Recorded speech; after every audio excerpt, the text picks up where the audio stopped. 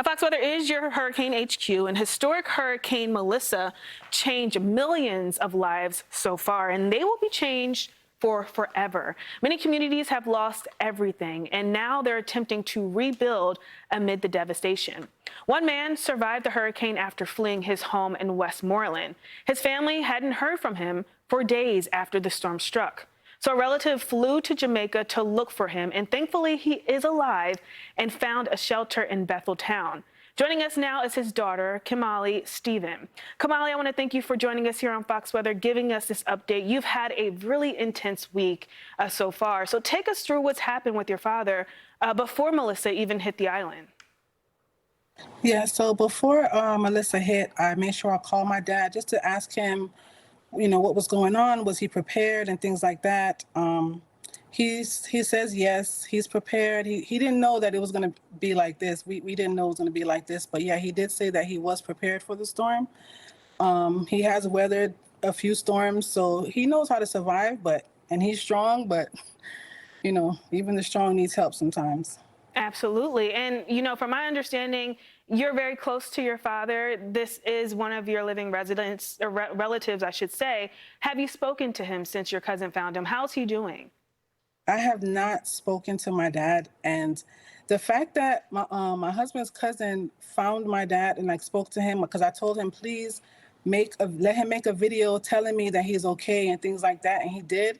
And that relieved me a little bit, but I'm not relaxed. I still, it makes me want to see him even more. Yes, I'm a daddy's girl, so I just really need to get to. Is that still the plan? Are you still flying into Jamaica as soon as you can, just to lay eyes on your dad? I know that's a big part of this. And how has he been so far? How has his home been since you've spoken to him? His home is still standing strong. I just want to get to him. He's in the video. He did say that he mentioned that he's going to need some water. He said he was a little bit, it was sudden. He didn't know those guys were going to come looking for him. So he didn't have a list for me or anything, but he did say he's going to need some food. I know he's going to need water, and I really need them to get the communication up. I really need to talk to my dad. Absolutely. Now, you said you were planning on going to Jamaica. That's still in the cards for you. What's that plan look like? How does that plan come into action, especially once you touch down there? Yeah, so I did a lot of collecting of donations and stuff like that. So currently my house is full of donations that I received: hygiene essentials, medical supplies. We're packing relief bags for elderly and for babies. So I'm shipping those down, and then in my personal suitcases, I'm going to be taking things for my dad.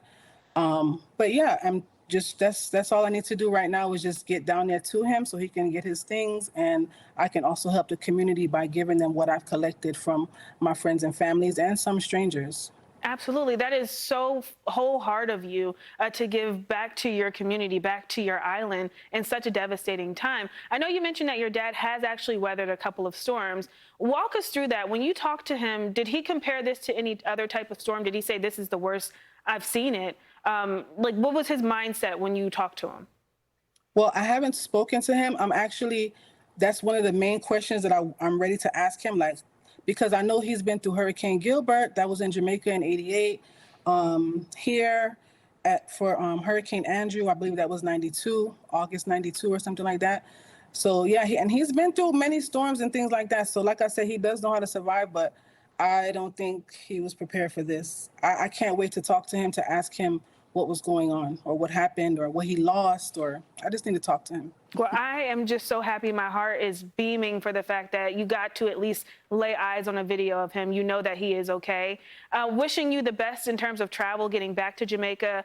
Please let us know any updates if you're willing to come back and chat with us, with your dad, so that we can know, what the end all be all was with his story. But wishing you all the best as you get back. That's daughter of a Melissa survivor, Kimali Stephen. Thank you again for sharing your story. Have a good one. Thank you.